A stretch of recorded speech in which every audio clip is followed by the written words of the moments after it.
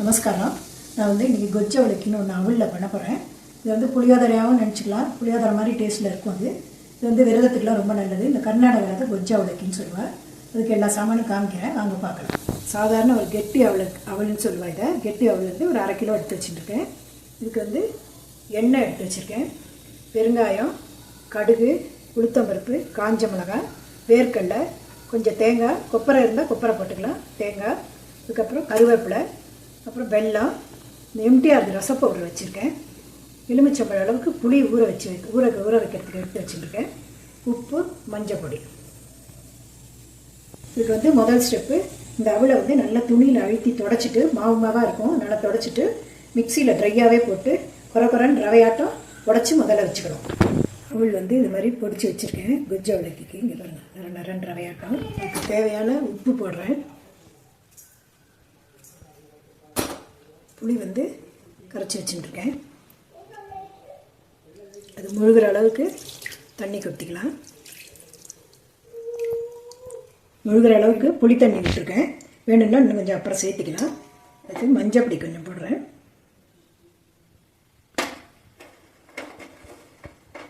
வெல்லம் போடுறேன். கருவேப்பிலை போடலாம். கொஞ்சம் பெருங்காயம் போட்டுக்கலாம். ரசப்பொடி எடுத்து வச்சுட்டுருக்கேன் அளவை, இது போடுறேன். உங்கள்கிட்ட அது ரசப்பொடி இல்லைன்னா இங்கே ஆற்றுல இருக்கிற குழம்பு பொடியை கூட கொஞ்சம் போட்டுக்கலாம். எல்லாம் சேர்த்து நல்லா கலந்துக்கலாம்.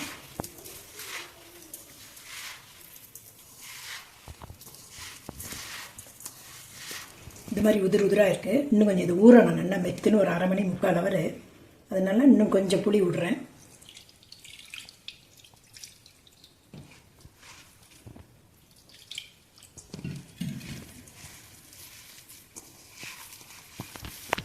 எல்லா புளியும் குத்தி இந்த மாதிரி பதத்துக்கு கலந்து வச்சுருக்கேன். இன்னும் கூட வேணும்னா ஜலம் விட்டுக்கலாம். இது போகிறோம். இது அப்படியே ஒரு 1/2 மணி 3/4 ஹவர் நல்லா ஊறட்டும். அதுக்கப்புறம் இதை தாளிக்கிறது காமிக்கிறேன். புளியெல்லாம் குத்தி அவல் நல்லா இப்படி உதிராக ஊறிருக்கு. இப்போ பாண்டியில் எண்ணெய் வச்சுருக்கேன். எண்ணெய் காஞ்சிருக்கு. முதல்ல மிளகா போட்டுக்கலாம்.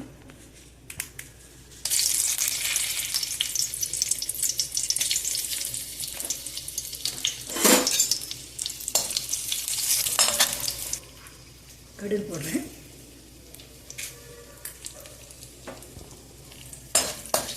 கடுகு வெடிக்கட்டும். கடுகு வெடிச்சிட்டு இப்போ வேர்க்கடலை போடுறேன். கொஞ்சம் சிறப்பாக இருக்கும். அப்புறம் உளுத்தம்பருப்பு போடுறேன். வேர்க்கடலை வறுத்துட்டு உளுத்தம்பருப்பு போடுறேன். பெருங்காயம் கொஞ்சம் போட்டுக்கலாம்.